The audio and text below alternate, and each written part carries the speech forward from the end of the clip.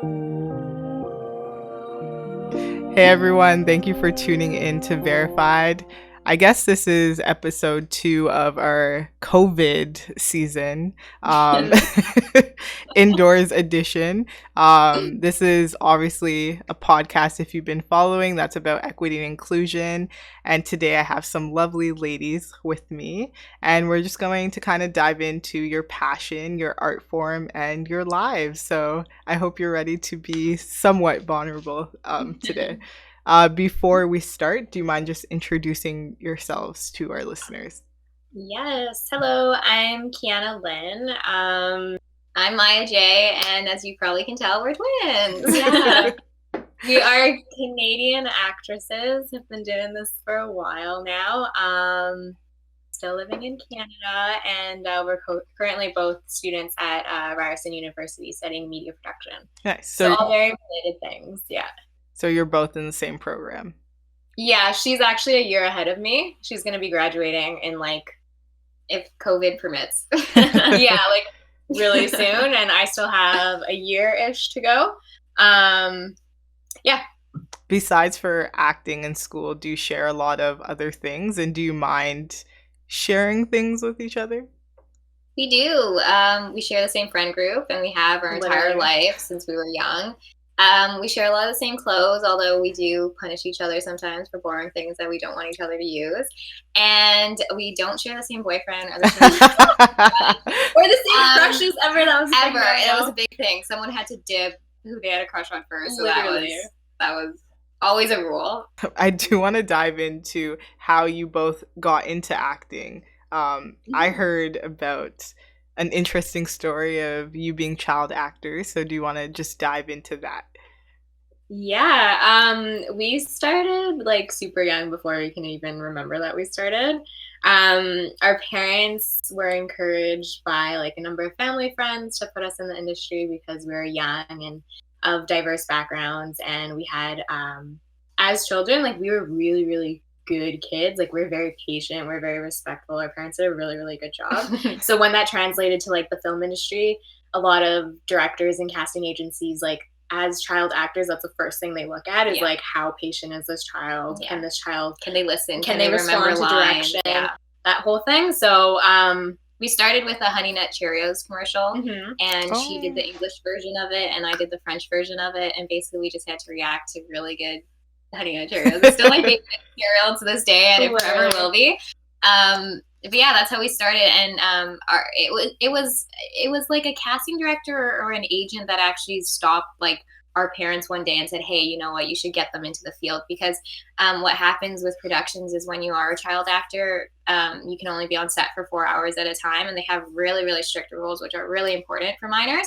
But again, when you have the same face, oh, no problem, just switch them every 2 hours, and then you bypass that rule. So triplets were even a huge super plus, yeah. Being a twin and a child actor was huge, because then we just play the same role and swap in every 4 hours as the union dictated us. Yeah, and that's what we did for the first movie we did when we were 4 years old. It came out in 2004, Super Babies, Baby Geniuses 2.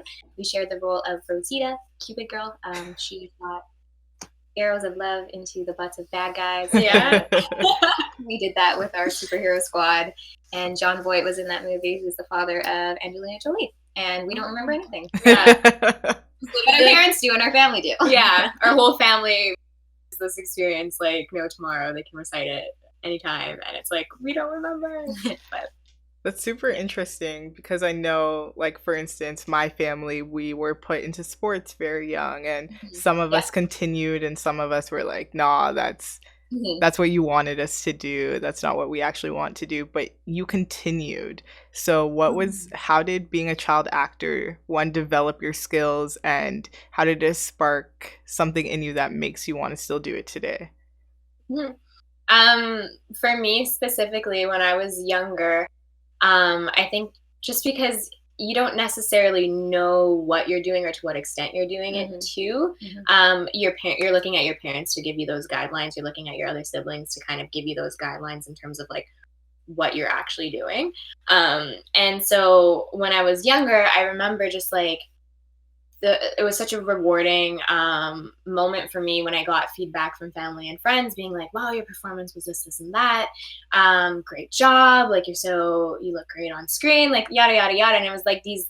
It was the support that we got from I think it was always the ongoing support that made you feel like it was something important that you were constantly working on and constantly doing. And for me, like continuing on into like my adult career now, it's like I keep looking for that experience, keep wanting to get feedback and learn more, because I really think that acting is one of like the most challenging things you can do as a human being. And the reward that you get from people saying that you did a good job on it is what motivates me to continue going. Yeah, and I think like for us, like it's like, oh, you know, when with your regular, or like our friend group who when we were young didn't include artists until we went into high school, and then that's when we were surrounded by artists at Cardinal Carter Academy for the Arts. So it was, you know, you met Vinia, she's a dancer, but we had Laura, she was in the drama program with us, and James, who was in the dance program. Love when you surround yourself by people with like, you know, those same like minds, and they're creative and they're dedicated to their arts, it helps as well. So before that, when we were you know, practicing at home and like in our bubble, it helped that we had each other, because we were like, oh, you know, it's not just us and our parents. It's not just one person and their parents, one child. It felt like, yeah, you could bring this home and talk about it openly because we had each other too.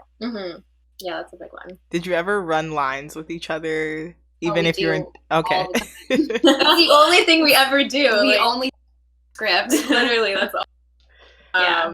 And for like hours on hours, it's like all of their responsibilities don't matter. If she has an audition, or if I have an audition or a callback or whatever, like priority on getting the script down, getting the scene down is like number one for both of us. I love that. Yeah. So you're talking about always learning and you like feedback. How has creative industries helped with either getting you gigs or allowing you to find opportunities? Like at school? Yeah. Yeah. I honestly love my program. I'm very happy that, you know, made the decision to go to Ryerson. It's right downtown too, so you get inspired daily just walking to class. And then the students all have very different approaches to work, but they also have varying talents as well. So you're not just surrounding yourself with actors constantly. And that was cool at Cardinal Carter in high school, because it was, you know, dancers, musicians, artists, visual artists as well. And so at Ryerson, you know, you have friends who are writers, who are good directors, who work well with the tech side, like you know, you guys are, and it's all important equally and needs to come together, and everyone needs to collaborate in order for anything to be produced. So meeting people of different who specialize in different fields was like critical, I think, to understanding even more of this industry. And yeah, especially as an actor, like you have to understand each and every rule when you get to set, like what the producer does, what they don't do, what the director does, and what they don't do. Also with like our media production program, we're working a lot with like single cameras and whatnot, and setting up our own productions like that. So we're learning what angles work for ourselves on camera, and that, you know, translates when you get to this light. That translates when you get to like on set. And just, I feel like right now, like we're both just in a position where we're studying and we're actively working at the same time. And I think you know, going on this path for the next few years, I'm just like excited to see what comes out of it. I'm very excited. Yeah. When you say working, is that in the industry? Like, how do you balance auditioning and schoolwork? Yeah. You try your best and you say, hi, professor, can I have an extension? And then you give them this like reason that's related to your field, and they're like, oh, I get it. Like, yeah. And a lot, our program, luckily, is pretty tiny, so I've been able to foster meaningful relationships with my professors, and they can understand, and, you know, at the end of the day, they're so supportive, because they work in the Canadian industry as well, and they're like, what are you up to? So that's important. Again, that's support. Yeah. But I think there came a point where I had to like kind of self-assess and be like, am I taking on too much right now? Is it getting too crazy? But the acting industry is so up and down. Like we have our peak seasons where we're busy. We have 2-3 auditions a week. And then you have some times where you don't have any auditions. And it's a week and you're like, yeah, you get nervous that you're not busy. What did I do? Yeah, exactly. So I think for both of us, the reason why we work so well is we just have this like ongoing like keep up the pace momentum. If we have extra time, we figure out a way to like make that time or use it to our advantage in something that could benefit us later on. Yeah. So I think that's something that we've been working on since we were little, is like always trying to find opportunities and ways to navigate through this like on our own terms as well, without having to like wait for opportunities to come to us. So I heard you talk about doing auditionings like twice a week. You're saying finding your own opportunities. Do you have a manager that helps you find gigs or? Yeah, so kind of in short, how it works is agents submit you to projects. Casting directors look, they say, hey, I like her look. They take a look at her resume. Yeah, you know what? I think they might be a good fit for this role. I'll get them to come in maybe tomorrow or 2 days and read for this role. And then they either like you or you're not fit for the role. Yeah. What I like to explain it as is like going for job interviews all the time, but never hearing a response back. Oh. Like never hearing a yes or no, just like nothing. And then sometimes you wait long enough and a month later you hear something back and they're like, oh, production took a different route with this character. They're looking Character for doesn't this exist now. anymore.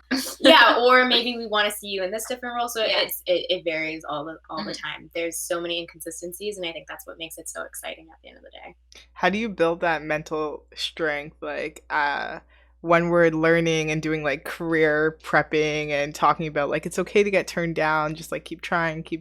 Like a lot of people do not take rejection very well. As an actor, I'm hearing that you have to be able to do that. So how did you coach yourselves to be able to be like, okay, next one, it's okay? I think you just keep busy with other things.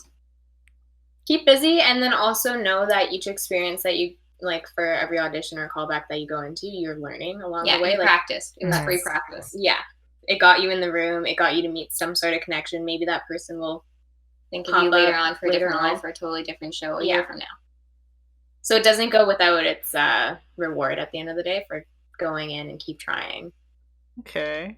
Currently, have you heard back from any auditions? Are you in any productions? Yeah, I right before COVID. essentially, COVID happened. I was essentially like pinned for a part on this new series was supposed to start filming in April.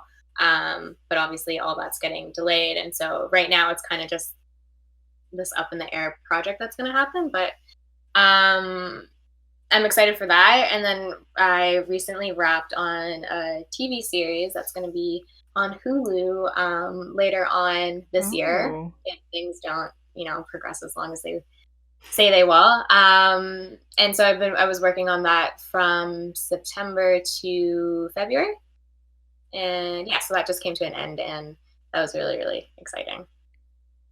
Wait for it. Yeah.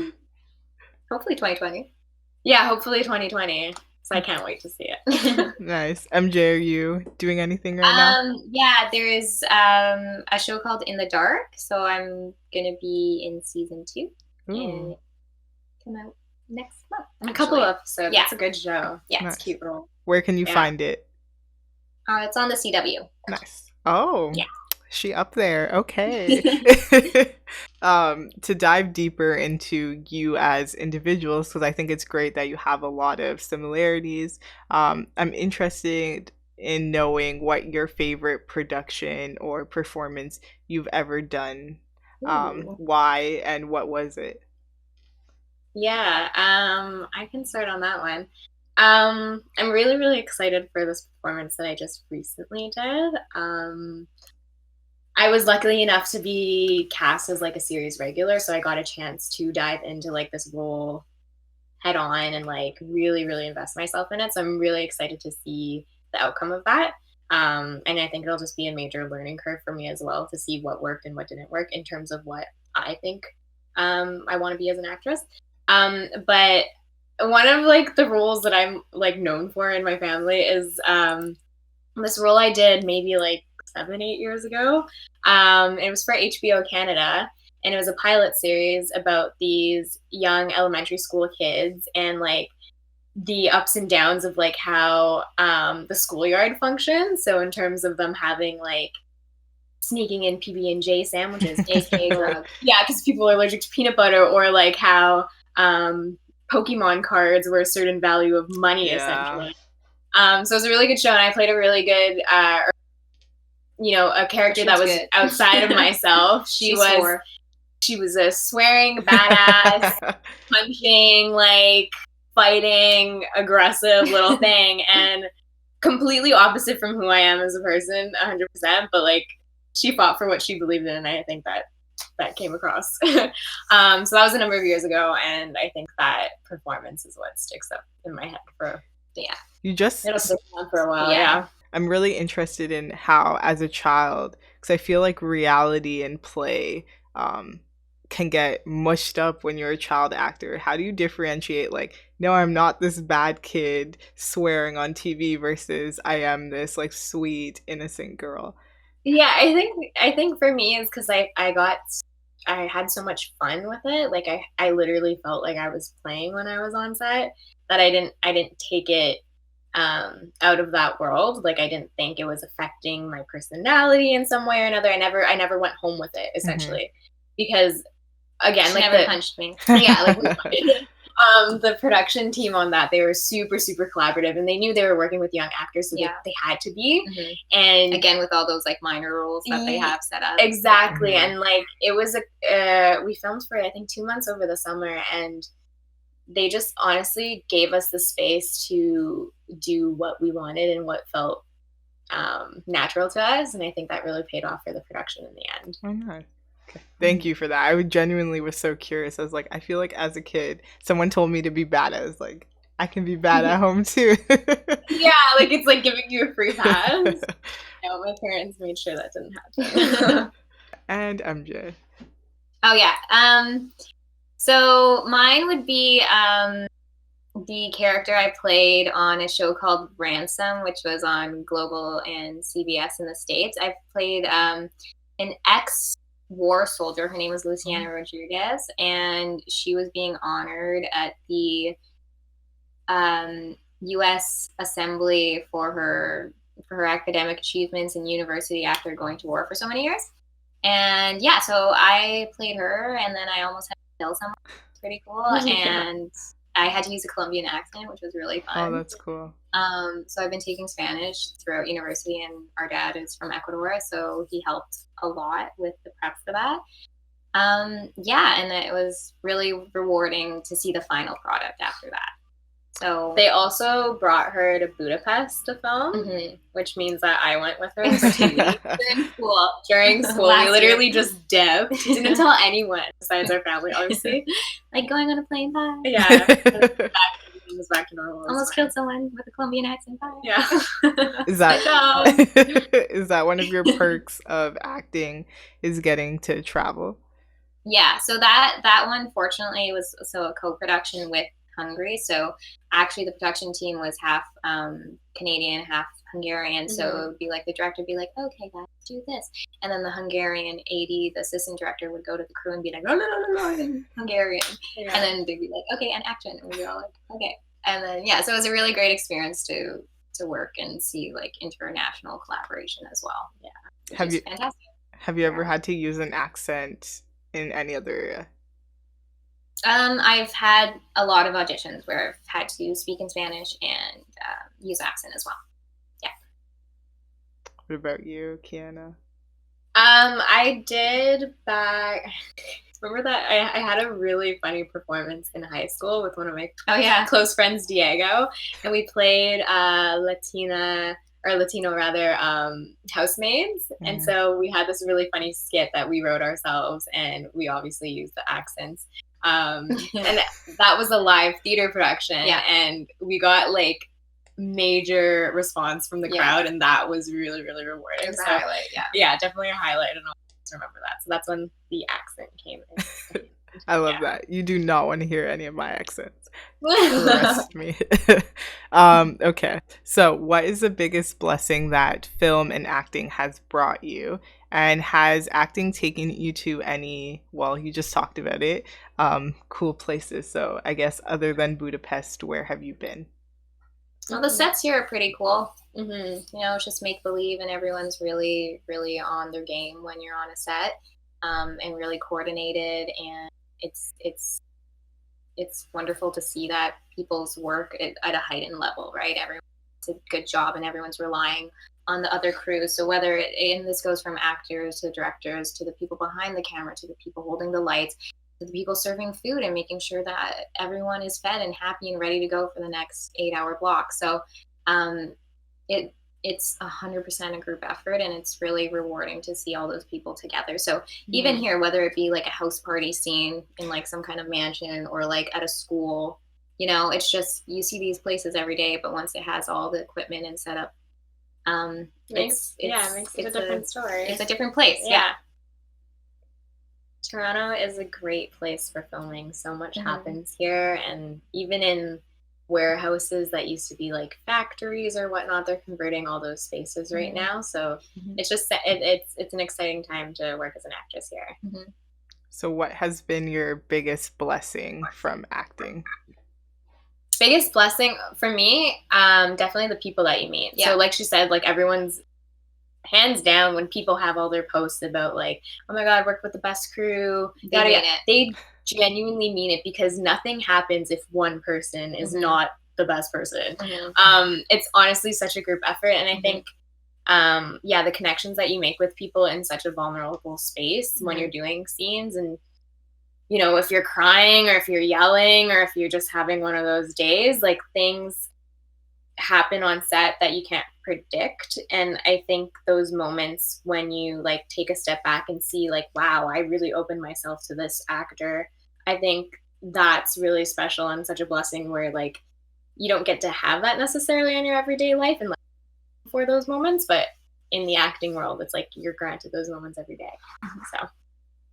So, as twins, have you ever had to compete with each other, or have you ever auditioned for the same role?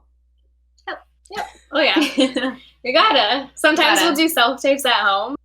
I'll book the first 30-minute slot, and then she'll book the second 30-minute slot. So like we just switch and we film and we record each other. Yeah. One thing though that's cool that happened recently at the end of last year, we booked. So she was just finishing up filming her show, and we actually booked a movie. But then her show said, "No, we need her those days too." So they wanted twins for the role. So unfortunately, we weren't able to complete them. Yeah. But it would have been really cool. But it's not to say that there is not going to be another opportunity in the future. Yeah. Do you have any ground rules for when you do apply for the same role that maybe they don't want you both? How do you keep the playing field fair and I positive? think naturally, just given who we are, like we come up with different ideas for each audition, our own individual takes on the pieces. And I think we can't necessarily say it's a competition, because we're coming with it each individually. So for us, it's like the chances are better for both of us going in with different takes on it, because I'm happy if she gets something, she's happy if I get something. It's like better chances. Yeah. Honestly, don't see it as competition, see it as something that could benefit the both of us in the long run. Nice. Do you work together often now that you're adults? Yeah. But specifically on film and TV projects? Yeah. Yeah, like we help each other for auditioning. But like, have you been on, like as adults, have you been on projects together or on film together? This movie would have been one, but and then we did that show for Family Channel. Yeah. This was maybe 4 years ago. Yeah, we did like a kid show together. Yeah, which was neat, because then they needed twins, because you know kids love that stuff. But yeah, something more in like the adult realm. Nothing just yet, but I have a good feeling something's gonna come. We're doing a lot of writing right now. Yeah, making our own projects right now. Yeah, it's how you got to do it. Yeah. Twins are often, like hearing you guys say, it's kind of a package deal. Normally, if you want one, you want the other, like the movie you were just talking about. So how do you find ways to differentiate yourselves into separate careers? I think any knowledge I get, I share with her, and Yeah. vice versa, because it'll help Yeah. both of us at the end of the day.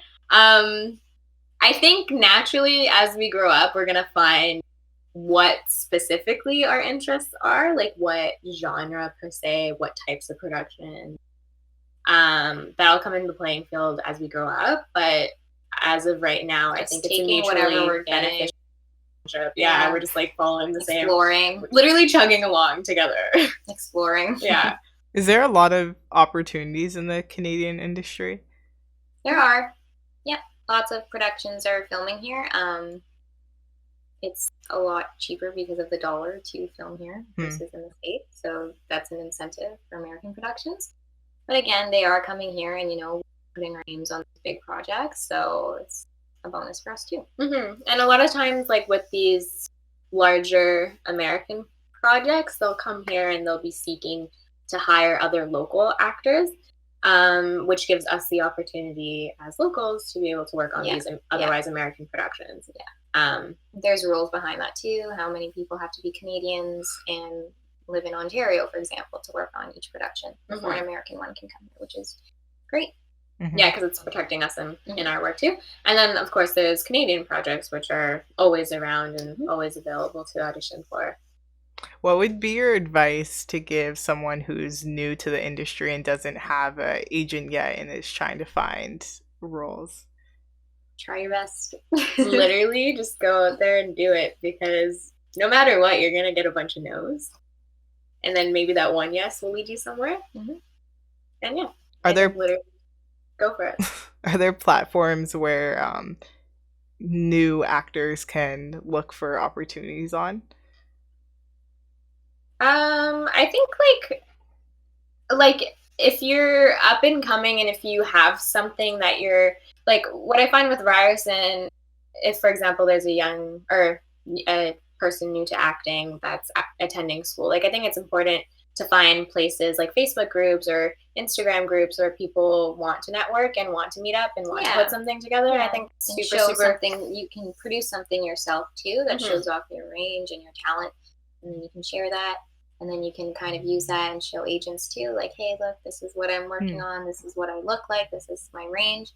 Do you think that we could work together? And then it's kind of like a ladder from there. So are agents crucial to have in this industry? So in the professional field, casting directors will only contact their agent. They don't ever contact us directly. It's always for the agencies.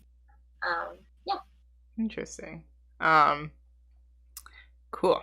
So were there any struggles in the beginning of getting on this path, whether that be from like the jump from being a teenage actor to now being an adult actor, that you are currently dealing with or have dealt with in the past?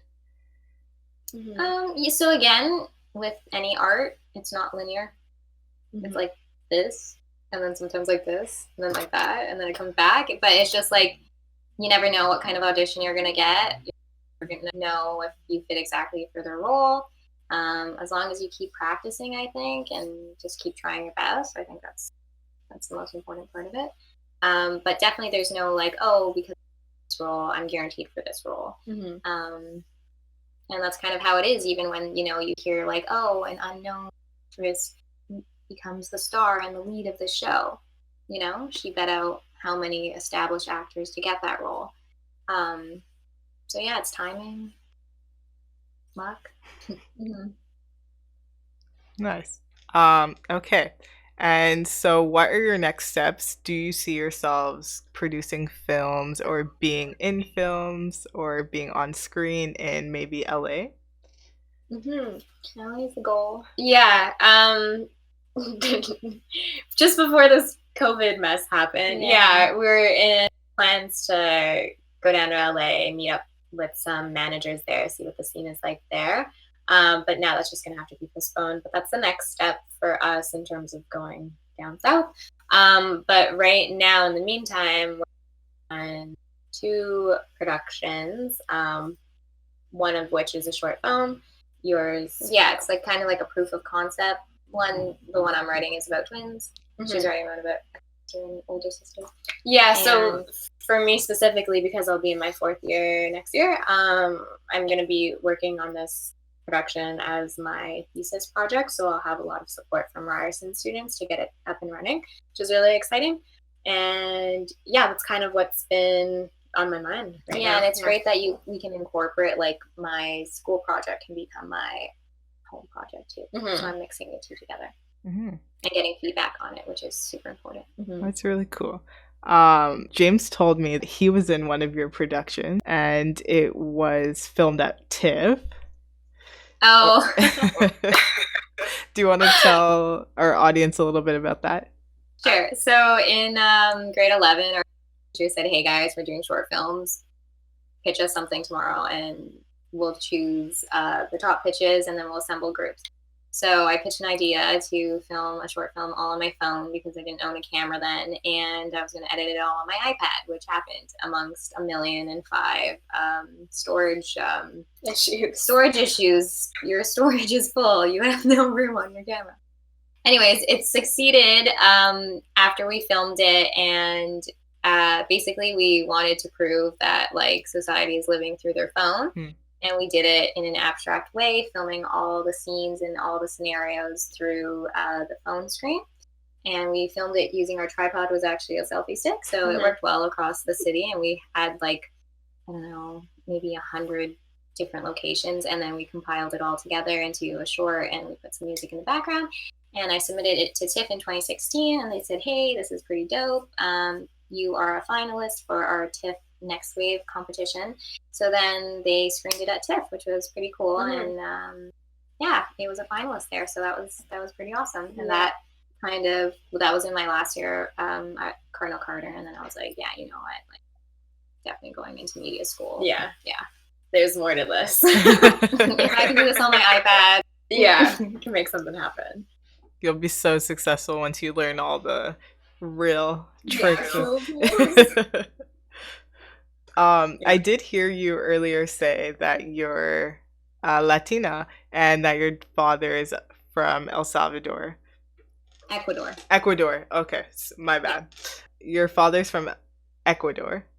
Do you use your diversity as a way to help you get casted in films or? Yeah. So Canada is a great space, and obviously they're open and accepting to all ethnicities, and there's certain clauses on their breakdowns of casting notices that say, hey, we're looking for maybe an Asian character, but we're also open to seeing other ethnicities. So it's great if they know, because I have to play the daughter of a couple who are Caucasian, then maybe I won't pass. Or if I play the daughter of 2 Asian characters, then I won't pass. But regardless of that, they're very open, and in my regular life, mistaken for pretty much everything.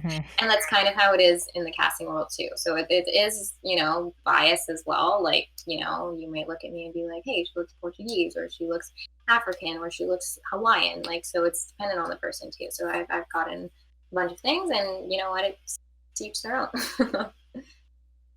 Yeah, but I think Canada's just, they're really encouraging the diversity card right now, which is really amazing. Has needed to happen for so long, and it just feels normal. It doesn't feel pushed. It just feels like normal, something that's supposed to happen or was supposed to happen a long time ago. But now they're, it's in almost every statement they make about casting notices. So it's really becoming a key factor, and that diversity card comes into play as well, like behind the scenes too, with our crew and who our creative people are behind the scenes. More females in the writing room. Yeah, like the most recent production I was on, we had 2 badass women who were producing it. So it was just like, it was really, I loved it. I just felt like we're just in such a changing time and accepting time. Do you feel like that's a shift from when you were child actors? I don't think I had the look like that when I was young. Yeah, because we didn't know, but then I noticed this as being younger, because there are less child actors around. Like, now we're in a huge pool of adult actors. But as a child, I often did find that I was the only, like, ethnic looking person in the room going for casting. But I never found that to be, like, a bad something thing. that played against me. Yeah, like I was who I was always, and that's how I presented myself. And totally. Like, agreed. Yeah. And I think at the end of the day, for child acting, like, the talent speaks for itself at the end of the day. So I do think you have a interesting, I'm trying to find the word, but being racially ambiguous actually allows you to navigate through a lot of different spaces. I even know, like, in my industry, people are like, what are you? And I don't feel like I'm completely judged or shut down because they're putting me into a box. No, totally. And, like, at the end of the day, like, I have only been raised in Canada, so I'm Canadian, you know? Besides what I look like, I'm Canadian at the end. Probably the next person. So I like that. Thank you for sharing that. So our very last question is about being verified. So we ask every single guest, if you could redefine verified and give it a new definition, what would it be? Verified, yeah. Because acting can sometimes seem like such a glamorous world, or like, you know, by luck, things happen to people. It's not always the case. There's so many years of hard work that goes into it. And I just think verified just reassures people that, like, no, you did the work to get here. You are who you say you are, and you're honest, you're true to yourself. Yeah. I like that. You put in the work. Verification. I verify you. Like, I verify my sister. Like, everything's point blank the truth. You know what? Maia Jae, verified. Do you hope to, is that one of your aspirations as an actor, to be verified? Does that influence, like, the roles you get? I think it just comes with work.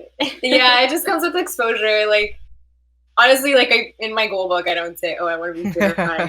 Never written that down. Like, it just, that doesn't, the whole aspect of, like, fame doesn't necessarily drive me to do what I do. It's more like being proud of your work and making sure that people are responding to it in a way that you wanted it to be responded. That's, again, at the end of the day, you're making that connection to that many people. That's the goal. Yeah.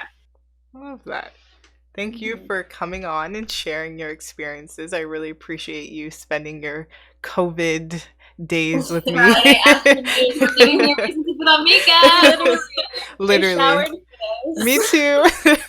I haven't gotten dressed or put on makeup at all this week, so I feel like I should go out. Like, I have an outfit on now. I know, and it's nice out. Let's all just go for a walk and report about it. Yeah, I think I'm gonna go for a walk. That's so fun. So thank you. Have an amazing Friday, and good luck. And I hope to see you on my TV or laptop very soon. We'll keep you guys posted. Thank you for listening.